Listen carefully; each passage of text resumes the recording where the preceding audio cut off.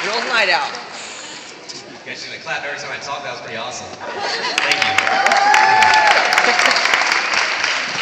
For those of you that don't know, my name is Clayton Clark. I'm a reporter for the Great Day Morning Show.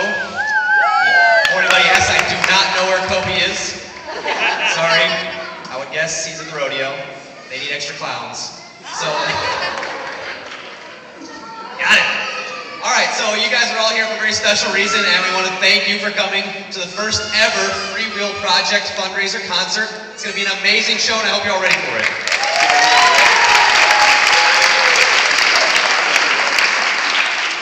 Since this is the first ever event of its kind, I think it's appropriate that we get a little history of why you're all here. And through my job, I get to meet a lot of cool people that do a lot of cool things, but very rarely do they take what they've learned and what they've done and give it back. And so that's why I'm excited to be here tonight and introduce the man that's making this all happen. So I think we should bring up the main man, Tony Hoffman. Tell us a little about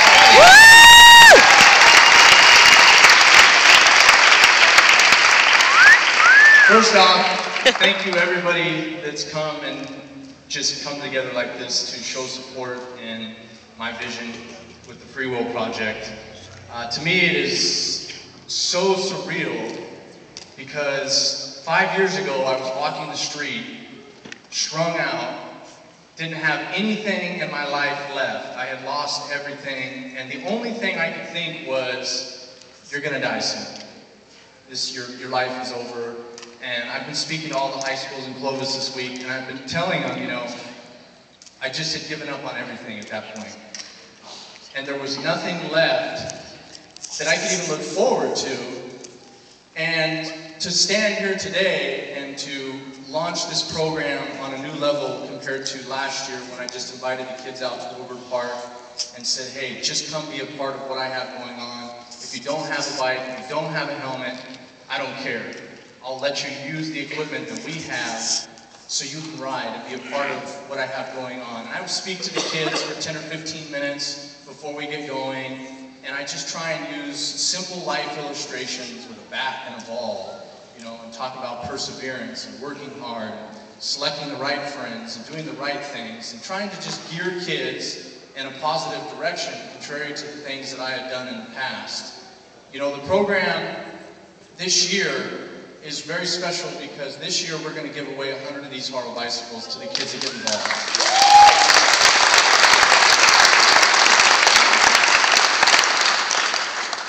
And nobody has to pay. I don't want this to be a program where kids got to pay $300 when they get out of school to get involved in this summer program, and then we limit it to only the kids that can pay that amount to get this bike for free.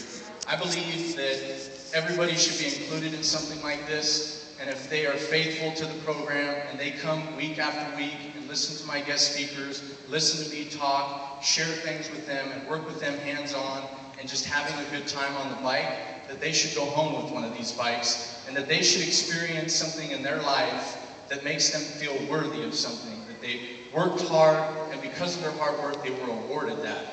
That's what I want to leave in the kids' lives. I want to leave the impression that, you know what, if I go out and I set out to do something, and I just work at it, there's an award at the end of it. The thing is, you got to teach kids that we don't know when that award's going to come in life. You know, sometimes we just have to keep working at things even though it looks like we're not going to get there. Recently, I had reconstructive knee surgery, and I swore up and down that I was on the brink of making myself a big name in the Olympic level class around the country, and I blew my knee out. Does that mean that I can't do it? I don't think so. I've been through too much to stop where I'm at now, but teaching that to a kid is very important to me, that you can't give up no matter what. I don't care what their dream is.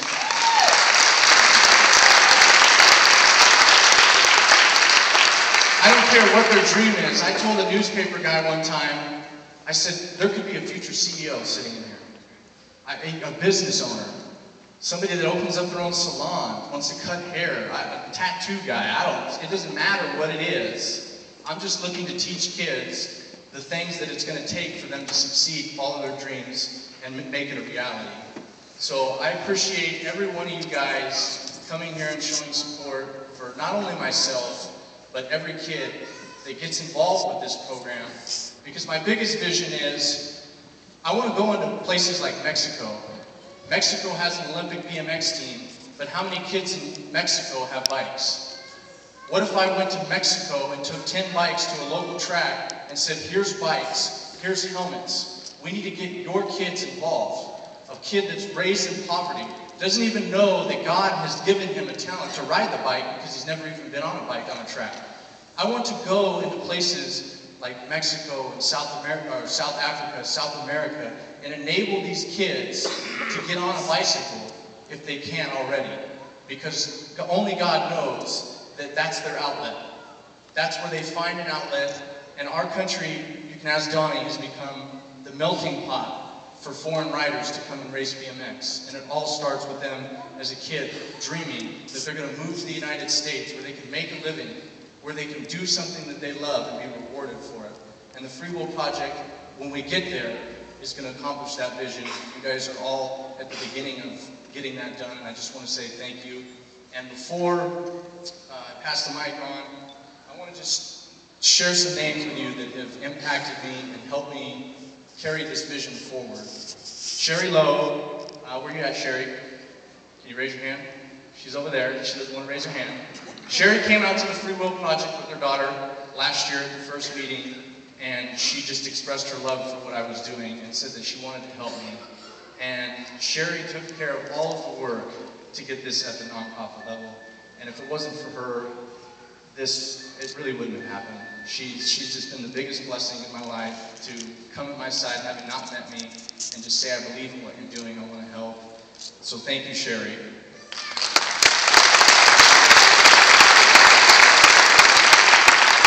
Pastor Franklin has donated this building for us to use, so we really better thank that guy.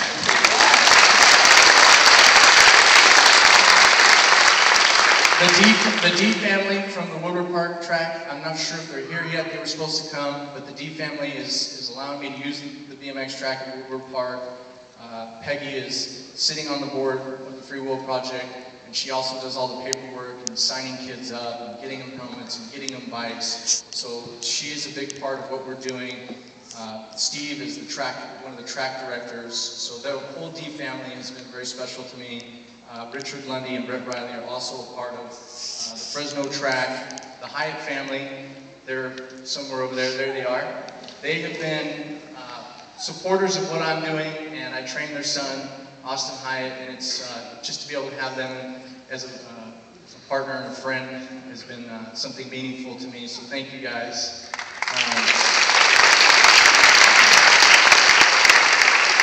Robert Rio Frio is a friend of mine. He was there when I got out of prison with my family, my brother, and Randy Stumphauser. He's just somebody that was in support. He couldn't make it tonight, but I wanted to thank Robert. Jamie De La Cerda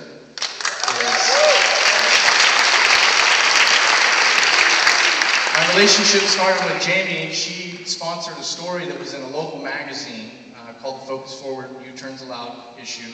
And if it wasn't for her, I don't think my story would have been in there. So we met, and I went to see her center with all of the students that she has that will be performing tonight. She's just an amazing woman. So thank you, Jamie. Mike Slayton has probably been the mentor to how to put all of this nonprofit stuff together and work it and see it through. He has a program called Off the Front. If you guys get a chance, look up what he's doing. He's an amazing person, trying to do the same thing I am, only he goes into schools and works with childhood obesity. And I believe in his purpose and who he is. And if it wasn't for him, we wouldn't have had the easy instructions of how to go through all the nonprofit stuff. So Mike is definitely somebody that I needed to thank. Derek Betcher at Haro Bikes. Haro has been behind me since I've come back, and I wasn't sure if things were going to work out this year, but they came through with these bikes at such a great deal. We're getting $300 bikes for $100 to give away this year. So all of that is a big part.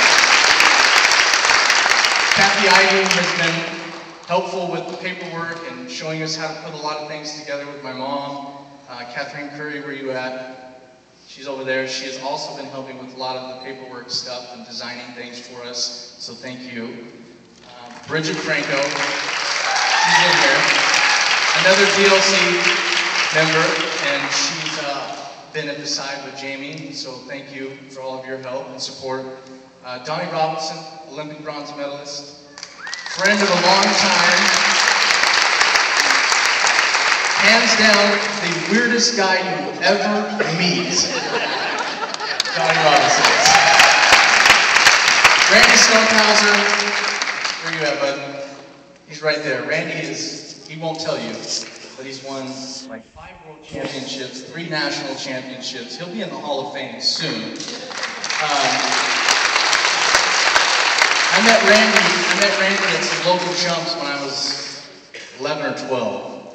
And the guy told me to come over to his truck and gave me his phone number, and he's like, I want you to ride with me to my house. And somebody that extends that to a kid that he sees potential in just makes you a special person. He's been at my side and wrote me letters when I was in prison and was there the day I got out and supported my comeback to racing.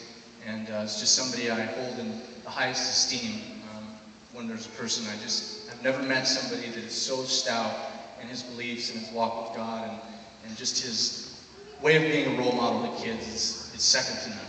So thank you, Randy. And last but certainly not least, my family, my dad, my brother, and my mother have really come to my side.